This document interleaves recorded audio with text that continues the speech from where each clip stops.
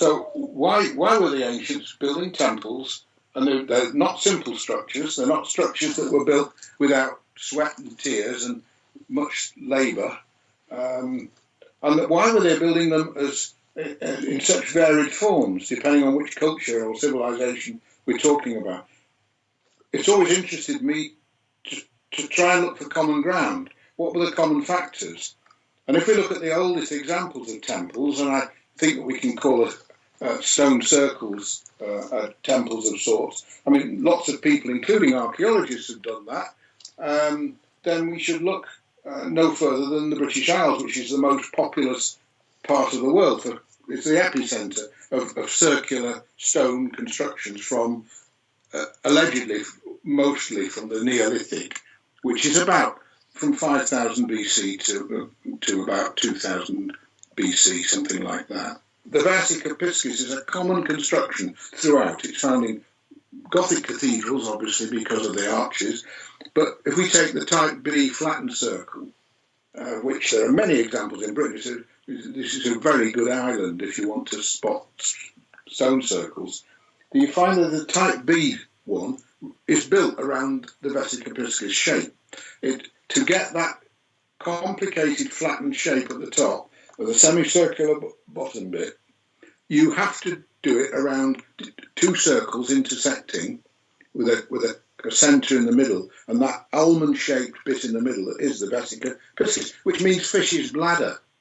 If I can change to another geometric form, a 5, 12, 13 triangle, that's a simple shape with a right angle in, and it's 5, 12 and 13 lengths. It's just a ratio of 5 to 12, 13 to 5 and 13 to 12.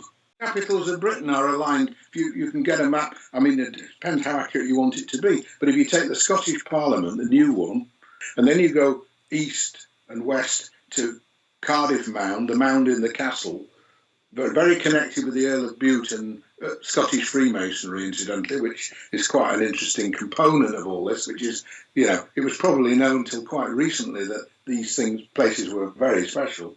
And then you go back north-south directly up to Edinburgh. So there's a 5, 12, 13 connected in the British Isles. If you look there, there's Edinburgh, here Cardiff, and there's London.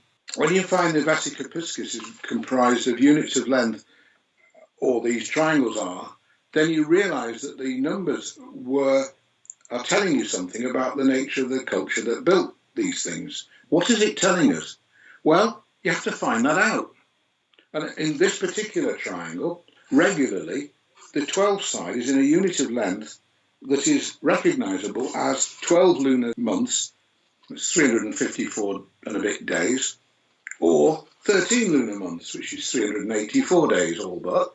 Now that can't be an accident because someone has decided that these lengths are representing, in this case, lunar months.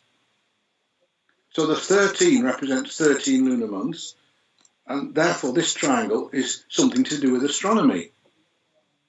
And then when you find this at Stonehenge, this triangle with 5, 12, 13 at Stonehenge, and the archaeologists have been very reluctant to take number on board, doing measurements across the landscape, either between sites, between sacred sites, and I've thrived on it by finding out that in fact sites many miles apart are often dealing with each other through sacred geometry, and that starts to look a bit like crop circles, because crop circles deal with each other. When the crop circle at Clearwood came down, which I think was July the 23rd or 4th, I got Michael Glickman involved, and I drew the plan up myself, and suddenly realised I was looking at a crop circle design that was not only emulating the inner bit of Stonehenge in terms of its outer diameter and inner diameter, but I'm not an archaeologist. I didn't want to be an archaeologist, but I did want to find out who or what was behind the stone circles, and that meant I had to go the number route. I'm a trained scientist. And so when you find someone copying in the same units of length, you've got to think that's got to be connected. If you take the latitude of where this site appears, it defines the latitude of Stonehenge exactly. 21.178 degrees it is. That's strange, because that's another analogue connection to Stonehenge. And so I'm left with the problem as a writer of trying to explain this to people in simple terms. And obviously diagrams are very important, but ultimately people have got to recognise the implications as well as the physical forms of these things. The implications of a device that does all this thing based on that geometry. And this is the biggie. The biggie is that the local cosmos of the Sun, Moon and Earth is arranged around a 5-12-13 triangle. And there's no getting away from that. Of course, people will run away from that as fast as they can.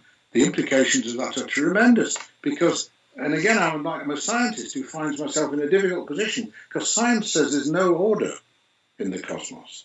And here we find local space defined accurately by a 5-12-13. You can work out so much from that. The tides, the length of the solar year, the length of the lunar month. Obviously, they knew the length of it and incorporated it, but that was won by painful observation over many generations, maybe, of years. People say, well, how did this store it? Did it have any writing? There's a monument in front of you. It stores it in the monument. So I think that maybe in the Stone Age, people dreamt about geometry. Because the wild animals, the black slimy things that did walk with legs upon the slimy sea or whatever it is, they were their physical environment then, the dangers.